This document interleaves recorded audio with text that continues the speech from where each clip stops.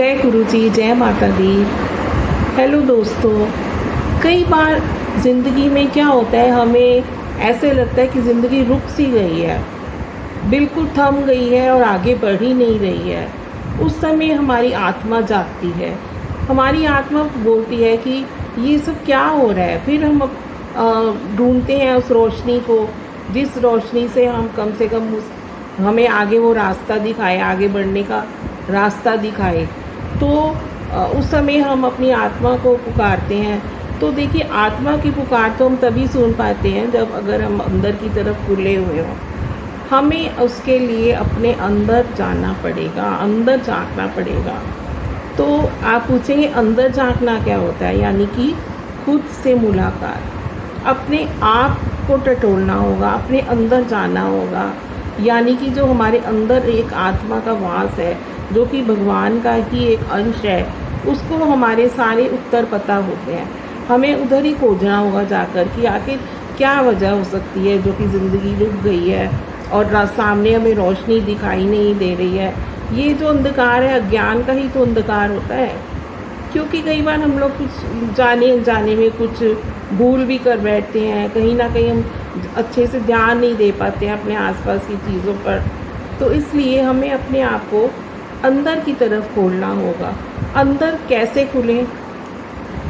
कम से कम 5 मिनट रोज़ आप अपने साथ बिताएं, एकांत में। जब आप देखें कि घर में कोई अधिक डिस्टर्बेंस नहीं है और आपको रूम में बिल्कुल अकेलापन मिल जाएगा, आप बैठें आराम से और अपनी श्वास पे वर्क करिए। अपने श्वासों पे वर्क कीजिए। और शुरू में तो आपका थोड़ा सा ध्यान भटकेगा, 2-3 दिन लगेंगे उसमें, लेकिन आप उसमें परेशान होकर छोड़ मत दीजिए। ये चीज़ें जो कोई भी प्रैक्टिस हम लोग करते हैं ना, स्पिरिचुअल प्रैक्टिस, उसके लिए शुरू में हम थोड़े डिस्टर्ब हो जाते हैं और परेशान होकर छोड़ देते हैं। लेकिन नहीं, लगातार आप जब तक प्रैक्टिस करेंगे, आप अपने आप ही अपने अंदर कुछ चेंजेस महसूस करेंगे। तो अपनी श्वास पे काम कीजिए। अपनी 5 मिनट खाली पहले आपको अंदर श्वास लेनी है, उसके बाद फिर बाहर छोड़नी है। फिर आप देखेंगे 2-3-4 दिन के बाद आपकी श्वास अलाइन हो जाएगी। पहले थोड़ी गहरी गहरी सांस आएंगी, फिर धीरे धीरे वो हल्की होती चली जाएंगी और फिर उनका जो रिदम एक जैसा हो जाएगा। वो इट मीन्स कि आप अपने अंदर की तरफ कूद रहे हैं। अब आप अपनी आत्मा की आवाज़ को आराम से सुन सकेंगे। तो धीरे धीरे वो फिर आपको अपने अंदर की रोशनी भी जागृत होती चली जाएगी। आपको अपने अंदर की रोशनी महसूस होने लगेगी एंड फिर आपको अपने उत्तर भी मिलने लगेंगे और फिर धीरे धीरे किस्मत बदलना शुरू हो जाएगी। यूनिवर्स भी आपकी इस प्रैक्टिस को देखेगा, सुनेगा और वो आपकी इसके अंदर मदद करेगा। आपके सामने अपने आप जो अपॉर्चुनिटीज़ के रास्ते खुलने लगेंगे। आप खुद देखिएगा, आप इस प्रैक्टिस को करके देखिए। एटलीस्ट 1 हफ्ता आप करिए, आपको खुद ही फर्क महसूस होगा।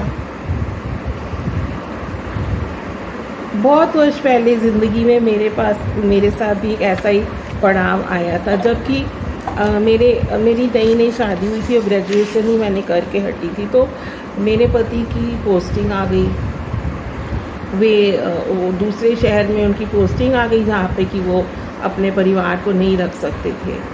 तो क्या होता है कि अब मैं तो यहाँ पर अकेले कैसे अपना वक्त बिताऊंगी।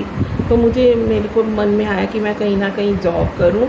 तो मेरे एक अंकल थे, उन्होंने मुझे एक बहुत ही अच्छे रिनोन्ड पब्लिशिंग हाउस में जॉब दिलवा दी। और अब जानते हैं उस समय मेरे को क्या सैलरी मिलती थी? सिर्फ 300 रुपये महीना। 300 रुपये महीना। लेकिन उस समय मेरे लिए मनी कोई इतनी मैटर नहीं करती थी। सिर्फ मुझे अपना वक्त अच्छा बिताना था और कुछ सीखना भी था, जिससे मैंने काफ़ी कुछ सीखा भी। वहाँ पर रहकर मैंने गेस्ट रिलेशन और ट्रांसलेशन एंड आर्टिकल एडिटिंग, ऐसी कुछ छोटी मोटी चीज़ें मैंने वहाँ सीखी भी। फिर वहाँ पर मैंने 6 महीने काम किया, मगर मैंने वहाँ बहुत सीखा। यूनिवर्स एक्चुअली क्या है ना कि मुझे रेडी कर रहा था कि घर से बाहर निकलना है और किस तरह से अपने आप को ट्रेन करना है। उसके बाद तो फिर मैं पूरी उम्र काम ही काम काम ही काम में रही। तो इस तरह से हमें अपनी किस्मत को खुद भी बनाना आना चाहिए और यूनिवर्स हमारी उसमें पूरी पूरी हेल्प करता है। तो आप सब्सक्राइब कर लीजिए और इसको मेरे चैनल को लाइक कर लीजिए और बेल आइकन प्रेस कर लीजिए